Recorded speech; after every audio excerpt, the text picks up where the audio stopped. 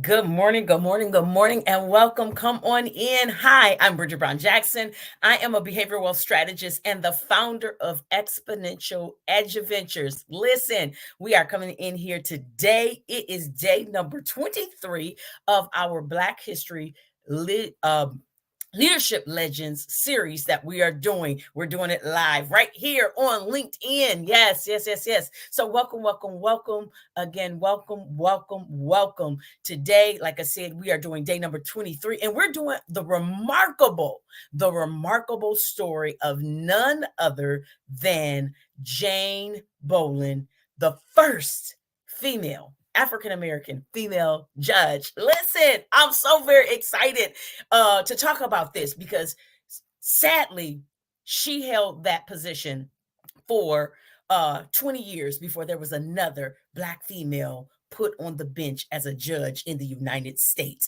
So if you didn't know about her, now you're about to know. We're going to talk about the leadership her leadership qualities and everything. So if this is your first time, welcome, welcome, welcome. Thank you so much for listening in. Again, we are honoring Jane Bolin, the first African-American judge, So she was a lawyer. She had so much stuff. So let me stop because I'm excited. I'm really, really excited. I'm excited, one, for being a female. One being in leadership. And so I'm very excited that I say this all the time. We stand on the shoulders of giants. And I have been able to have the luxury of the things that I've had because of people like Jane Bolin, who on before us that set and trailblazed and pioneered. So when we say that word trailblazer, we say that word pioneer. Listen, she truly was one. She was a shining, shining spot. And so she was born in 1908, and she lived until 2007. She was 98. So that's why I'm so excited, because I've asked God, Lord, allow me a few more decades so that I can hit over that mark of 100. Listen, so she was a daughter of a prominent African-American attorney. She actually was born, her parents were interracial.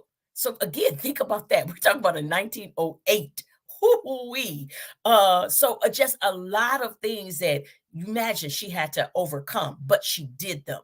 And so the greatest part about her story, and all of her story is great, but the part that I love from leadership is that in 1939, she made history. She made history. She became the first African-American woman to serve as a judge in the United States. And guess what? She didn't even know it. It was unbeknownst to her that at the time, the mayor, whose name was LaGuardia, wonder where the airport's name come from, Judge LaGuardia,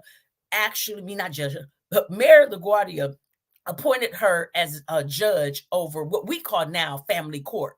Right. And what was so amazing that she was such a great pioneer, she went on and served again and again and again. Only thing that brought her out was they topped her out at 70 and she had to come off, but she served for 40 years. Can you imagine that? She was only 31 years old. So let's get into this. Again, if this is your first time, indulge me. We've been doing 5 to 8 minutes. One went all the way to about 9 minutes. But our goal is sharing with you the historical context of some African Americans, at the same time sharing with you how we can learn from their leadership. So let's talk about her leadership. This is what we can learn from her. We can learn, I've been talking about emotional intelligence. We learn from her emotional intelligence that she was a amazingly empathetic person, right? And so let me back up for a moment and let's talk about why EQ is important. Now, I have 3 degrees. I don't have it up. Well, there it is. Just scrolling across the bottom of the screen right now. I have my ed specialist degree, right? So I have 3 degrees. But none of that means anything as a leader if I'm not emotionally sound. And what I mean by that, do I have self-awareness? Am I able to regulate my behavior? Am I able to have social skills enough to communicate effectively with other people? Do I have empathy for my fellow man and human being? And am I able to self-motivate? Right? And so without those things, a leader is not a leader. So it's very, very important that we grasp that, right? Okay, so she possessed a keen understanding of human nature. And because of it, she was able to empathize with other people and do some amazing things within the court as it relates to the people, the litigants that came before her, right? She was did informed decisions based off of compassion because she had it. And she did that on and off the bench. The second thing is she was an advocate. She was an advocate. So she was an advocacy example. Listen, she fearlessly advocated for civil rights. You know, she was always making sure that social justice was at the forefront of her conversations. And she wasn't afraid to challenge the status quo. So those are some of the things that we can learn from her. She was extremely, extremely inspirational, right? She was the epitome of a servant leader. She served. Her lifetime commitment to the public, again, on the bench, 40 years? Wow.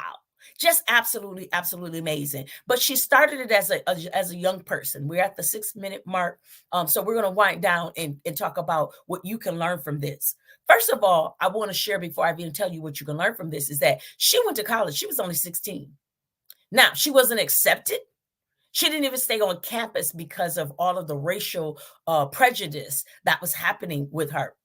But she endured and she went through so that she could be a servant leader.